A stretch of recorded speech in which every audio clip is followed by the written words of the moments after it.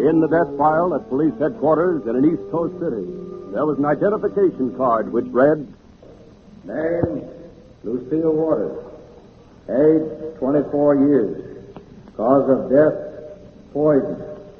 Classification, homicide. Investigation, proceeding.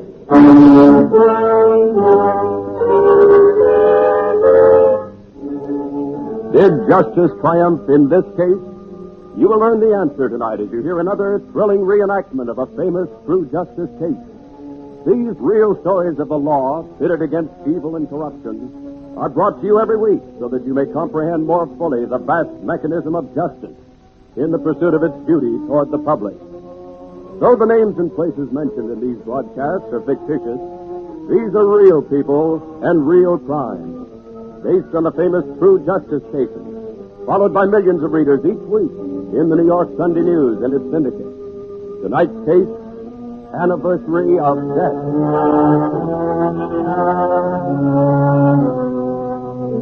Lucille Waters, the victim in tonight's true justice case, was the type of woman most people like for a friend. Gay, sincere, fun to talk to, and go places with. Easy on the eyes, too. Not rich, but not poor either. Yes, life was good to Lucille Waters, until in the mind of a killer, murder was born.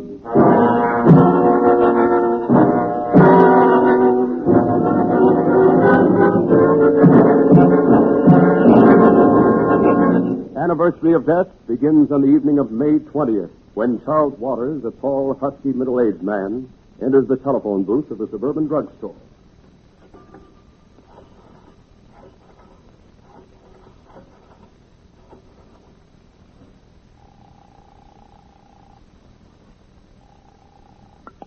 Hello? Hello, dear. How are you?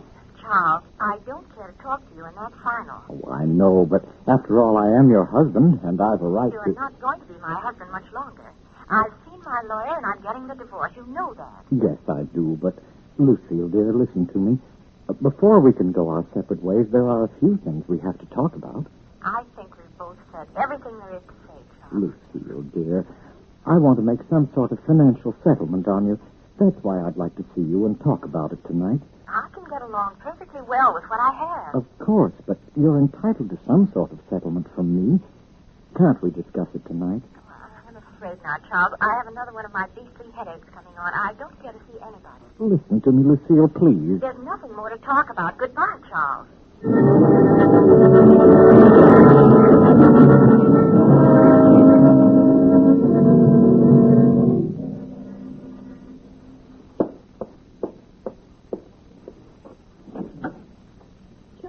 Good evening, pretty lady. Charles, what in the world are you doing on my doorstep? I've already told you that I don't want to see you. Well, look, dear, I've brought you something. Oh, flowers. Violets for you to wear tonight. We're going to the movies. You are persistent. But really, Charles, there's no use. I won't give in about the divorce. I'm not asking you to. I just want to talk to you about the settlement and then take you to the movies. But I still have such a terrible headache. Oh, I'm sorry. I know your headaches are no picnic. Shall I go over to the drugstore and get you some aspirin? No, I have some prescription tablets in my purse. I'll take some more then. Oh, yes, I remember. Those always made you feel better. Mm-hmm. You know, I don't feel so hot tonight myself. Today's May 20th, you know. Well, what does the date have to do with the way you feel? Oh, it's a combination of things, Lucille. Losing you, for one thing. And then today's the anniversary of my first wife's death, 2 years ago. Then my mother went in May, too. I just got thinking about them today and... Oh, I'm sorry, Charles. I guess you do need some diversion tonight. Well, give me the violets and come on in. I'll fix you a little snack of supper. And then the movies, Lucille? Very well, Charles. And then the movies.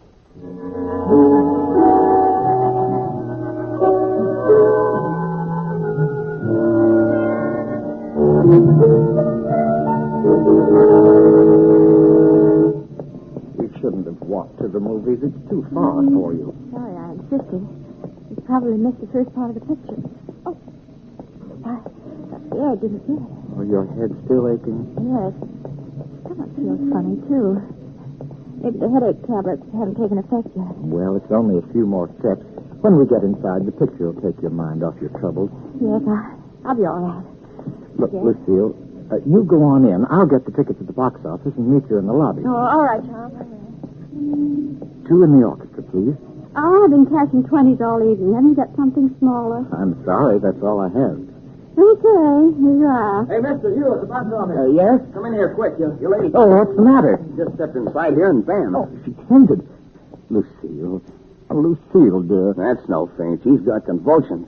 I know. I've seen them before. Good heavens. Get a doctor. Call an ambulance. We'll have to get her to a hospital quick.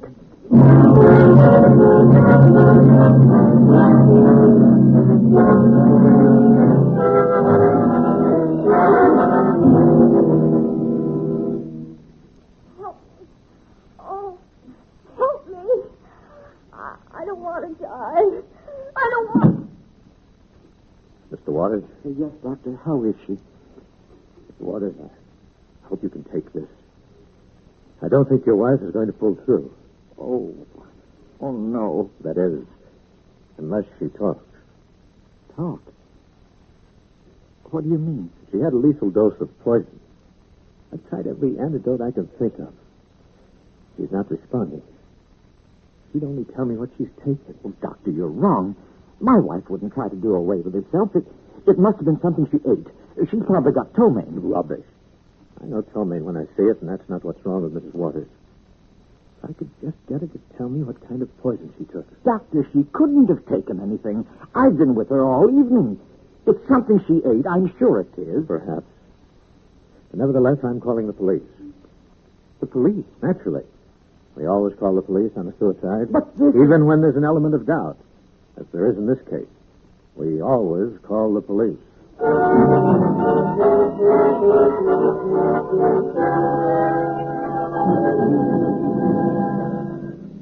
The hours tick by in this real case of a real crime, and still the victim lingers. With each return of consciousness, Lucille Waters tells the police and doctor at her bedside that she did not take anything.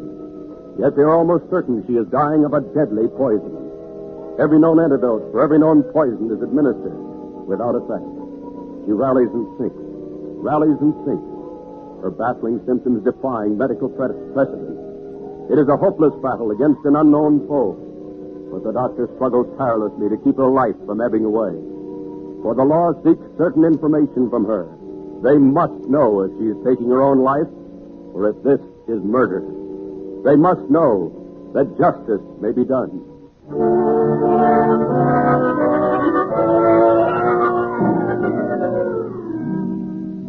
It is now 5 o'clock in the morning. Lucille Waters is rallying for the last time.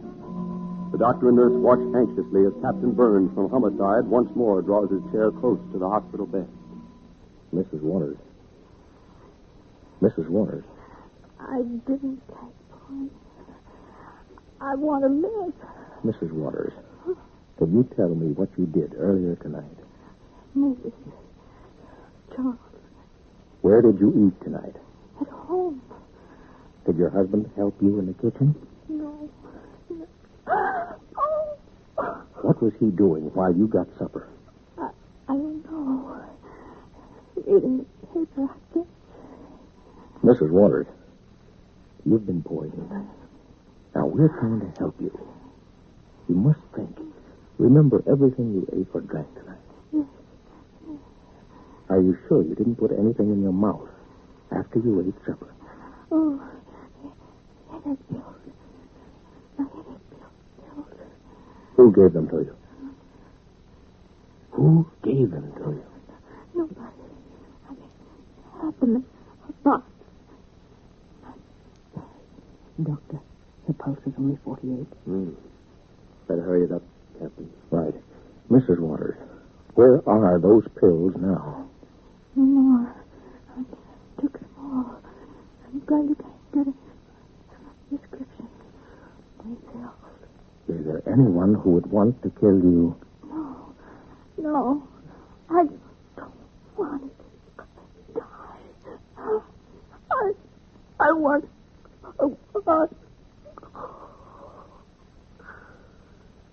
Doctor, he's gone. Captain, I guess that's all the questioning you're going to do as far as she's concerned. Yes. You're sure she didn't die from natural causes, aren't you? I am. But I could be wrong. Natural causes. Suicide or homicide. I want to know which one beyond a shadow of a doubt.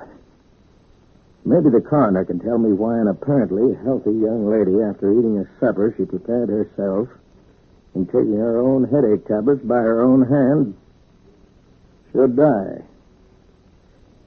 Or maybe her husband can.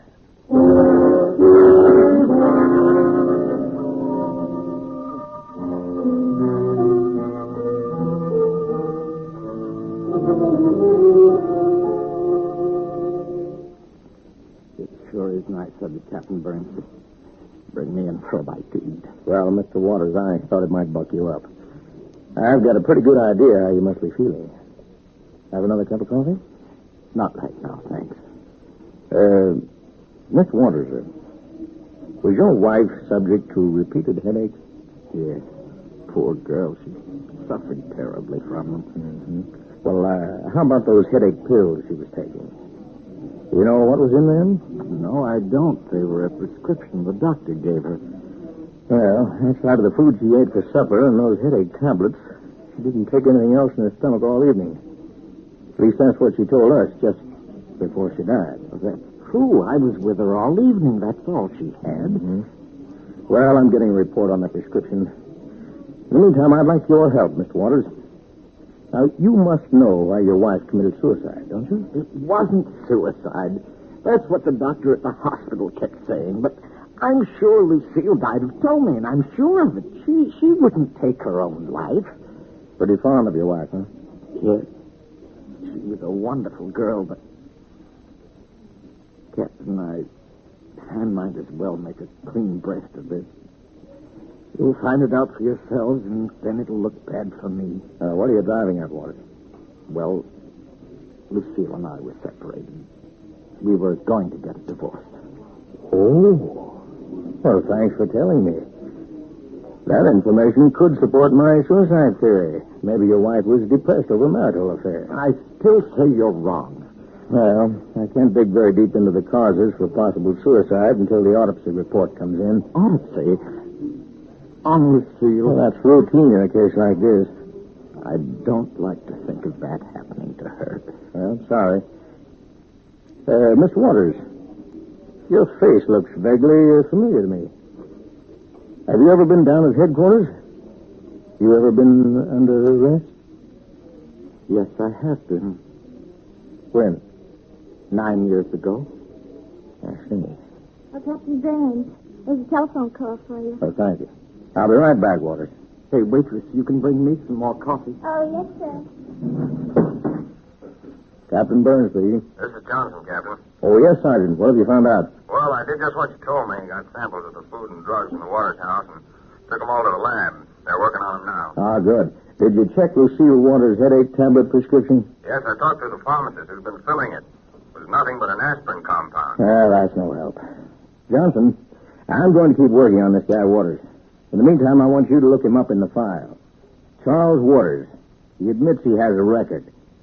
Find out what we hauled him in for. I'll see you later at headquarters. Yes, sir. Oh, one thing more. Build a fire under those guys in the lab and tell the coroner to speed up his report. I want to know immediately what killed Lucille Waters.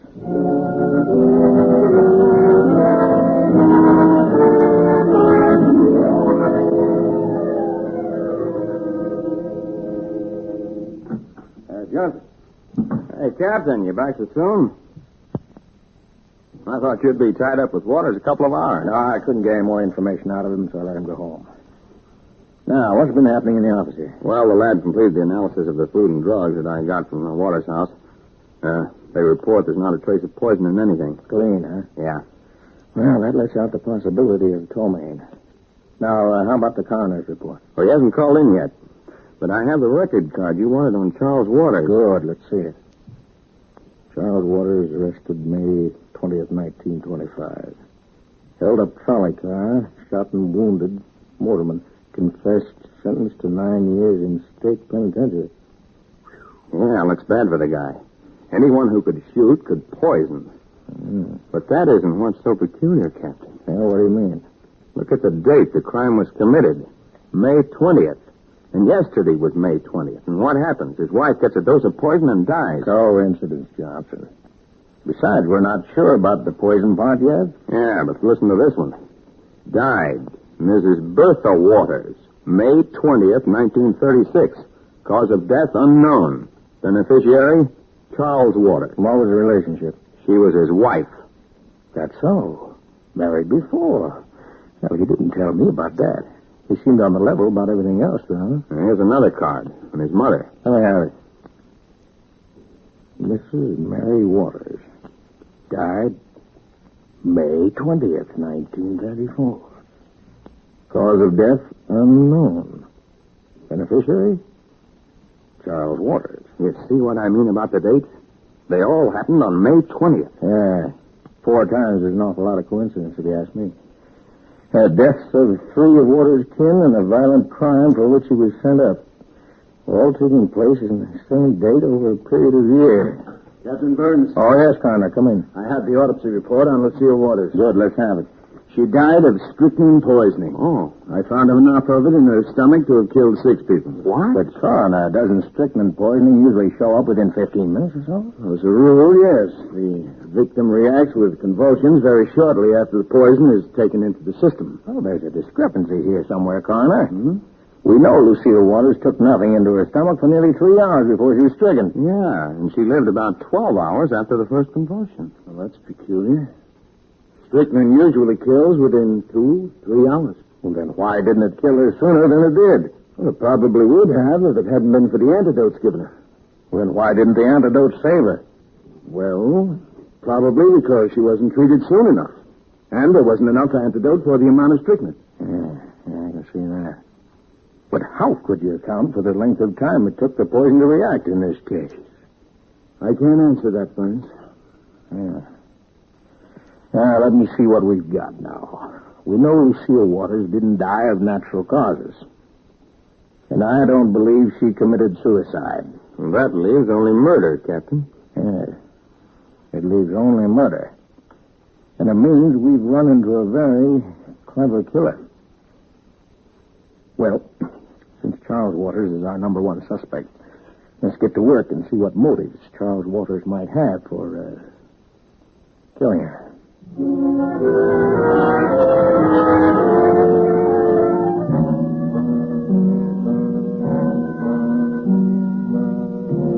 wheels of justice are turning faster now, and the police doggedly accumulate every shred of available evidence against Charles Waters.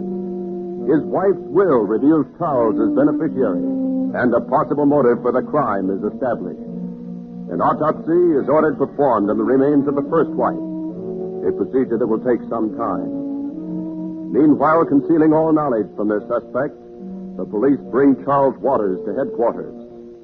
Under the cross-questioning, he changes from the smooth-spoken, grief-stricken husband and reveals his true self, vicious, taunting, cruel.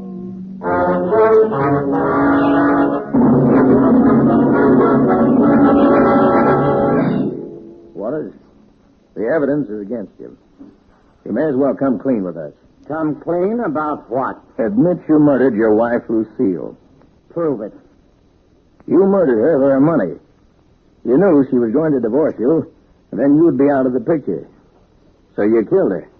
Prove it. You switched bills on her. Gave her poison instead of headache tablets. Didn't you? Didn't you? Prove it. Did you kill your first wife the same way? Did you kill your mother that way, too? They all died on the same date over a period of years. May 20th seems to have been the anniversary of death. So what? What if they did all die on May 20th? That doesn't mean a thing. You'll have to prove something, Copper. Get the proof.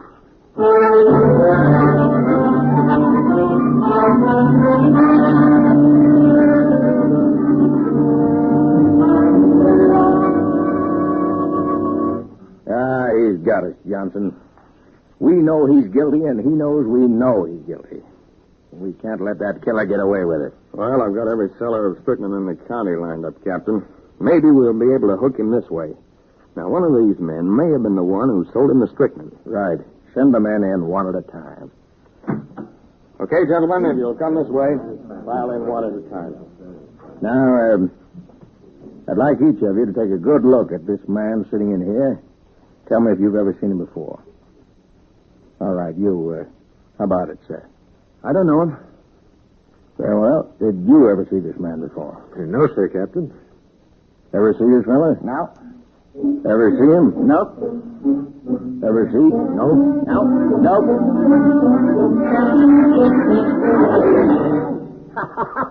You're licked, Captain. If there's one thing I learned up at the big house, it's this. You have to have proof to send a guy up.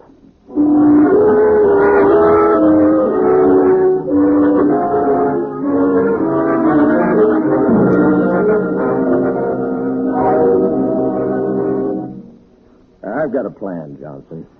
I'm going to take Waters over to the morgue to view the body. The chief isn't going to like that. Well, I'm not going to get rough with him.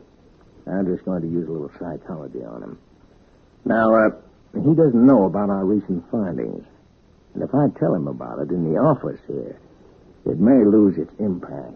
How do you mean, Captain? Well, if I hold that information until we get down in the morgue, and if I can establish the right mood, he may break. Yeah, little psychology might work. Well, I want you and one of the boys to hide yourselves in the morgue before we get there. If he talks, take down every word he says.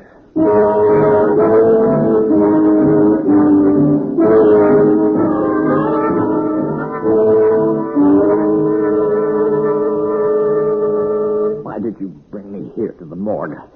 I don't like it. Now, just relax, Waters. Relax? In a morgue? Yeah. I suppose it might be difficult for you. We members of the police force get kind of hardened to it. We see so much of suicide and homicide. What's this under the sheet on the slab? A body? Of course. I'm moving farther away. I don't like to be so close to a corpse. Stay where you are. You aren't afraid of a corpse. Tough guy like you. What did you bring me down here for, anyway? Waters, I have something interesting to tell you. Something I thought you might like to hear. You're still trying to pin Lucille's death on me, aren't you, Copper? Who said anything about Lucille? You're jumping to conclusions, man. Well, you've been at me for so long about it. What I have to tell you has nothing to do with Lucille at all. No? No.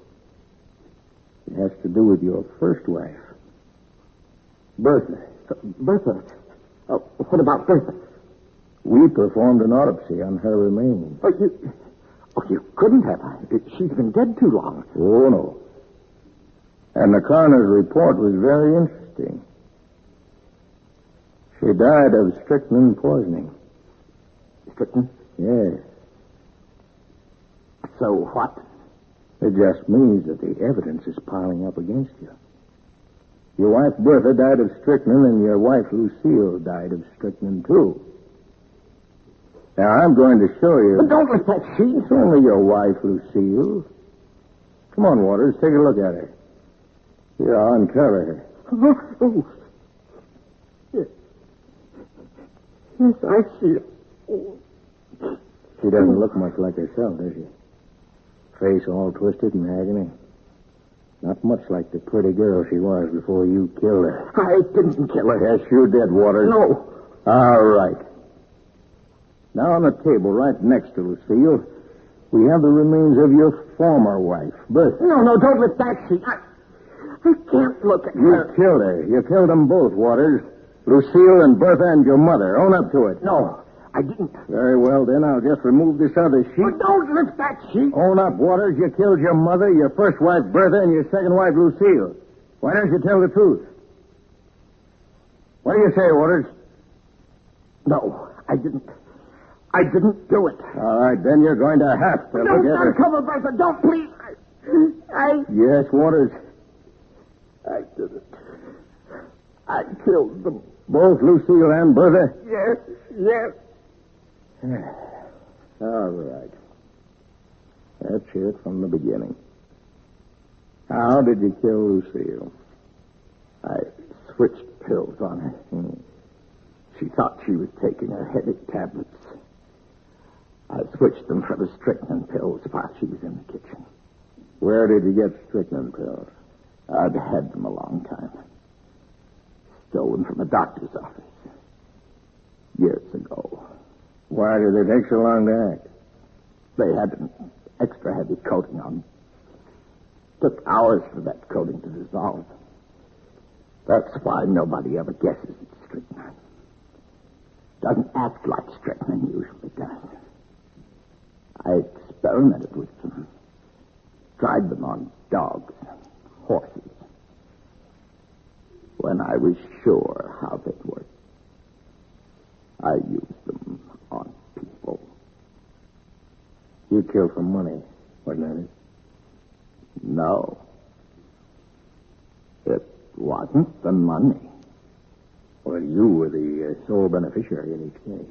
But you don't know what happens to me. Every year, on May 20th, I have to kill. I have to. I can't help it. You wouldn't be fixing yourself an insanity plea, would you? You'll find out. I think so. Oh, by the way, it's not Bertha under this sheet. It's only a wax dummy. You tricked me. I deny everything I said. I deny it. It's too late, Waters. From now on, what happens to you is up to the courts of law.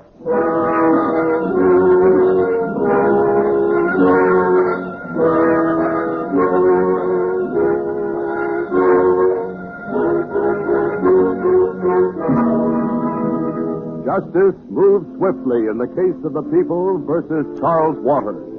A tentative plea of insanity is entered and shattered by the law. For doctors and state criminologists alike testified that Charles Waters was well aware of the consequences of his acts. No one but Charles Waters himself knows why he always chose May 20th as the anniversary of death. But whatever his reason, justice decreed that he pay for his crime. Right now, he's behind the bars of a state penitentiary, where he will spend the rest of his days, never again to walk as a free man. And so it is that the death card bearing the name Lucille Waters has been removed to the inactive file at police headquarters and marked Case Closed. Justice has triumphed.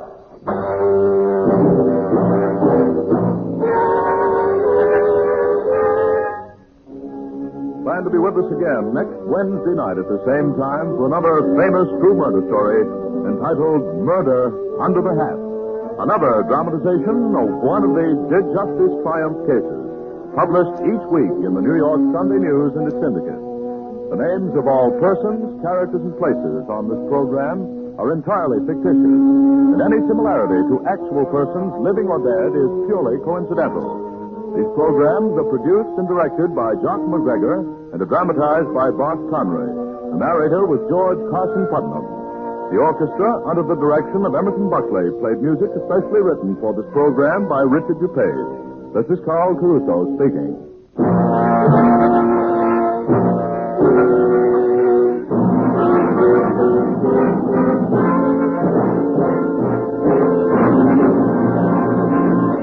This is the Mutual Broadcasting System.